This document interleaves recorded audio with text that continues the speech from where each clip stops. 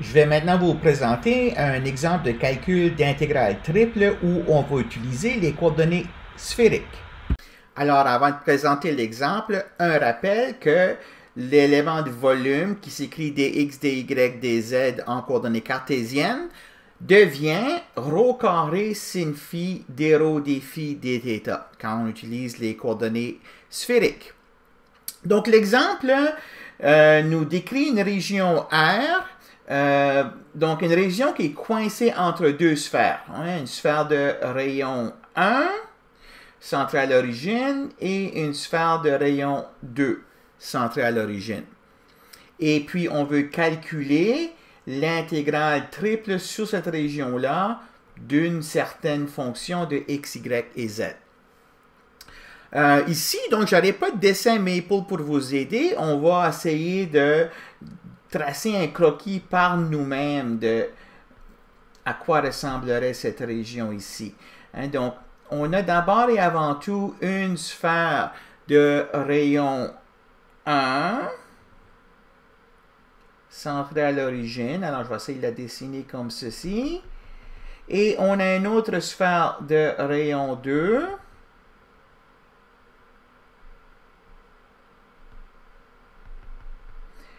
Et puis, donc, la région R, c'est tout ce qui est coincé entre ces deux sphères-là. Okay, donc, ça, c'est R.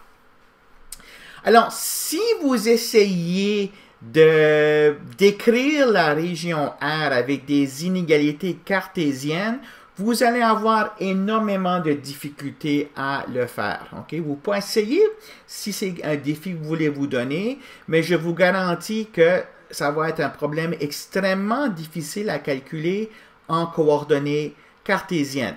Le problème ici, là, on a des régions qui sont bornées par des sphères. Donc, l'instinct que vous devez développer, c'est de vous dire que ici, je vais utiliser les coordonnées sphériques.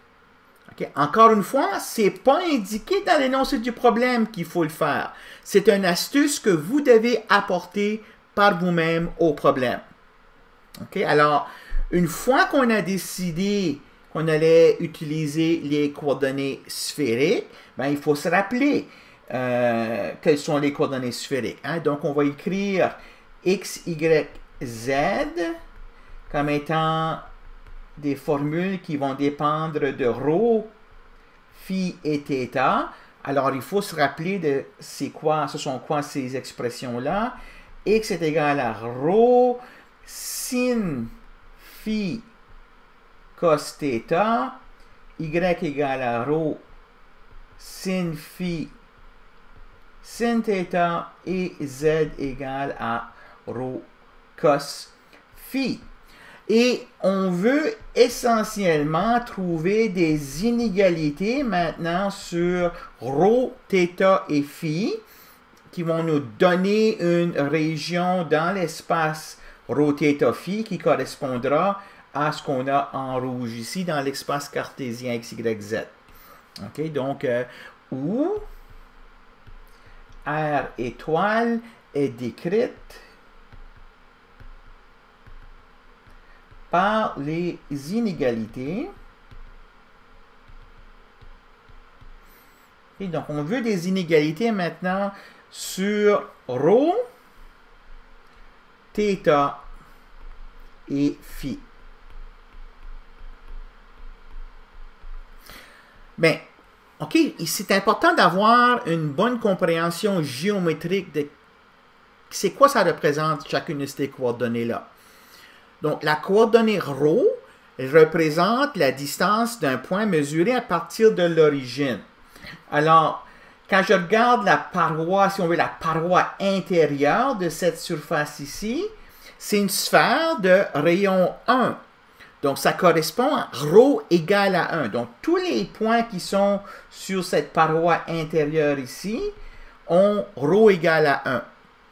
Et à mesure que vous déplacez vers la paroi extérieure, rho augmente pour atteindre la valeur rho égale à 2 sur cette paroi extérieure ici.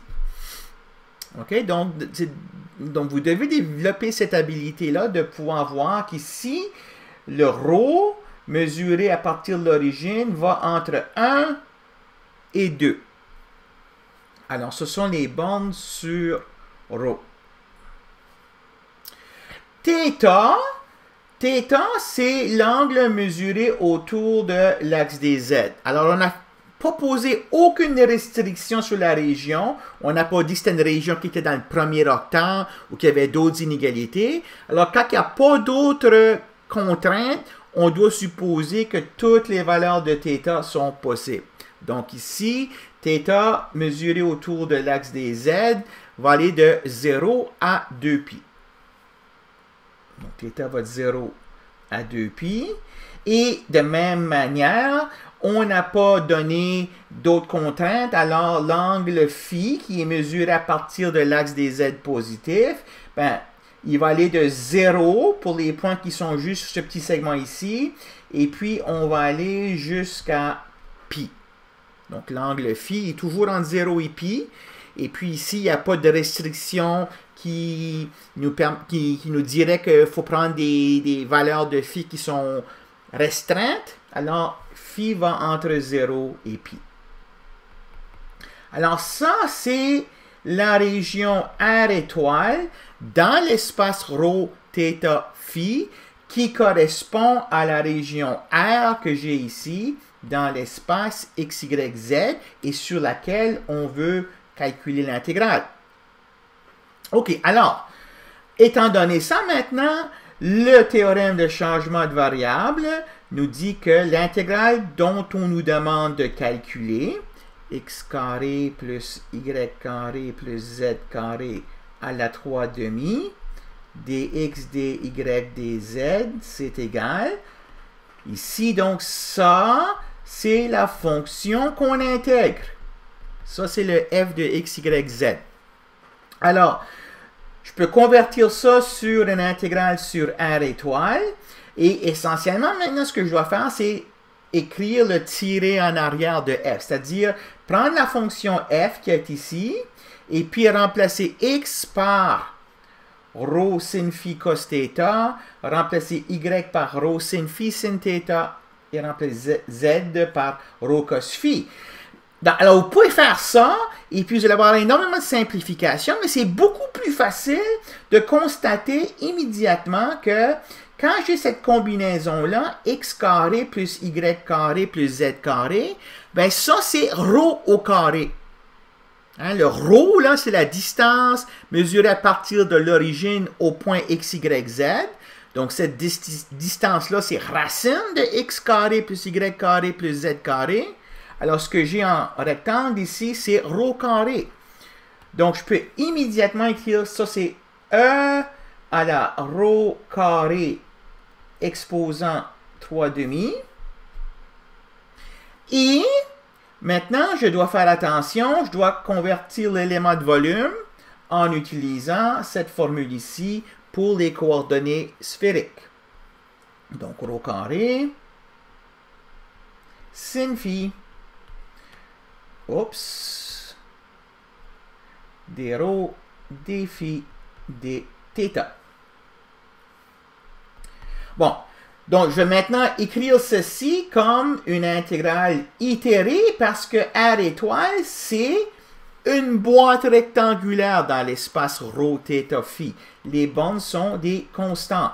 Donc, je peux choisir n'importe quel ordre d'intégration qui me plaît. Alors, par exemple, je peux dire, OK, je vais aller de phi va de 0 à pi, θ va de 0 à 2π, et puis ρ va de 1 à 2.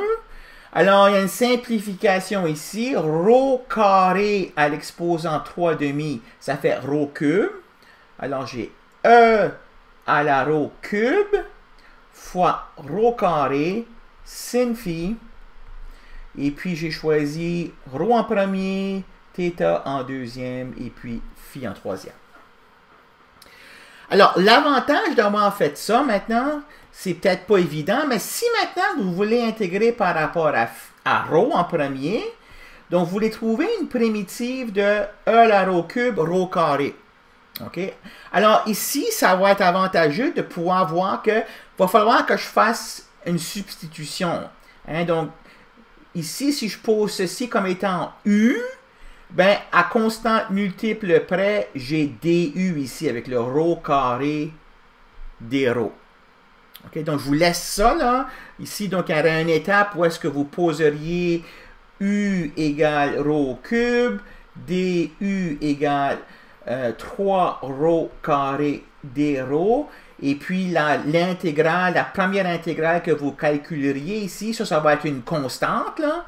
Vous utiliseriez ce changement de variable ici pour dire ça c'est E à la U du avec un facteur correctif de 3.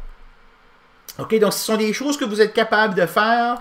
Et puis, moi, je veux tout simplement vous dire, bon, laissez ça en exercice. Et quand vous allez terminer ici, vous devriez avoir 4pi sur 3 E à la 8 moins E à la 1. OK? Donc, rendu ici, là, vous avez presque terminé le problème. Ça devient tout simplement des intégrales faciles à calculer. Donc, encore une fois, ceci, c'est juste un exemple. Il y en a tout plein d'autres dans la liste d'exercices suggérés. Et on en fera quelques-uns d'autres au DGD de vendredi.